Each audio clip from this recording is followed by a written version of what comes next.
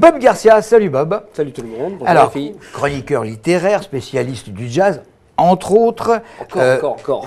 Non, je veux dire entre autres parce qu'il y a également la BD et c'est la BD qui nous intéresse. Aujourd'hui, c'est la BD qui m'intéresse avec Les Damnés de Paris. C'est une BD, vraiment un coup de cœur. C'est énorme ce truc-là.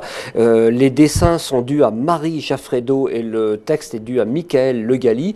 Et ça se passe en 1869. C'est une maman, très jeune maman, qui va à la recherche de son fils qui a été placé à la naissance à l'orphelinat. Ah, vous pouvez continuer à en parler pour essayer de nous le faire acheter. Le Hook, eh ben, écoutez, on va continuer alors dans ce cas-là. Ça sort demain, tiens. C'est comme ça c'est dans l'actualité. Ça sort chez Vent d'Ouest. Et donc, c'est l'histoire de cette fameuse Constance Després qui arrive de province, comme je l'ai dit, pour retrouver son petit garçon.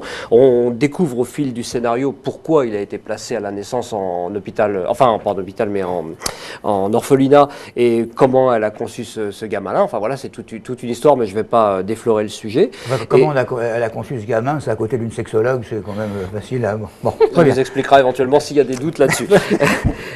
Donc, elle fait la connaissance une fois arrivée à Paris. Elle débarque à la gare Saint-Lazare. Gare Saint-Lazare qui est croquée à partir de vous savez, du fameux tableau de Monet. Oui. Donc, Marie Jaffredo s'est beaucoup inspirée de tableaux de l'époque pour documenter son bouquin qui est absolument sublime. Là, elle fait la connaissance d'un petit Darius qui est un gamin des rues, un peu le Gavroche, qui va lui montrer un peu le Paris un petit peu underground. Et d'un autre côté, elle fait la connaissance d'un certain André Gide, qui est caricaturiste célèbre à l'époque. Il s'appelle André Gide? André Gide. Ah bon? André Gide. André Gide. Non, pas à cette époque-là, non, on est en 1869. Bah oui, quand même. Et André Gide, donc, il était vraiment caricaturiste à l'époque, donc il caricaturait au journal L'Éclipse. On n'appelait pas ça des caricatures, on appelait ça des portraits-charges. Et alors, le must à l'époque, c'était de se faire son portrait-charge par André Gide. On découvre plein d'anecdotes comme ça qui sont tout à fait réelles. J'ai vérifié.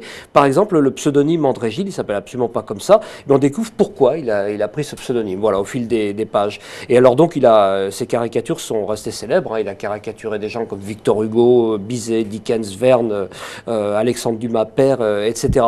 Et dans ce Paris donc de cette époque, eh bien, il va se nouer une intrigue autour de ces trois personnages. Donc la jeune femme, le petit garçon, Darius, qui lui sort justement de l'orphelinat également, et puis donc ce fameux André Gide. Et la chute est absolument terrifiante, mais bon, je ne vais pas en raconter plus là-dessus. C'est vraiment un énorme coup de cœur, c'est magnifique. Vous prenez pratiquement ce bouquin, n'importe quelle page, vous agrandissez n'importe quelle case, et c'est un tableau.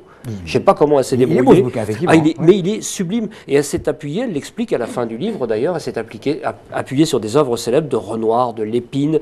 Le tableau, vous connaissez le Sommeil de Courbet? Oui. Ce tableau-là, on le retrouve un petit peu. Donc effectivement, quand j'ai vu la scène, je me suis dit que ça me rappelait quelque chose. Et c'est le Sommeil de Courbet. Donc il y a tout un tas de références comme ça, des lieux qu'on connaît bien, mais qui sont complètement dans l'époque et sur des photographies de l'époque, et bien entendu, et des tableaux de l'époque.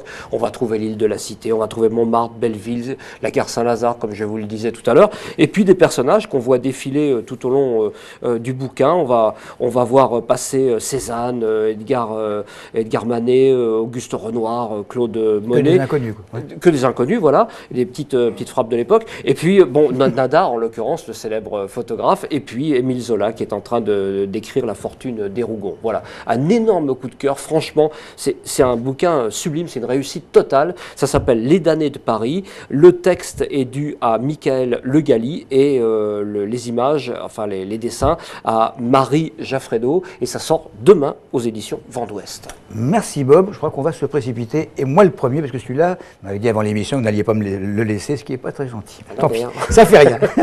Ça fait rien. Allez, on va rejoindre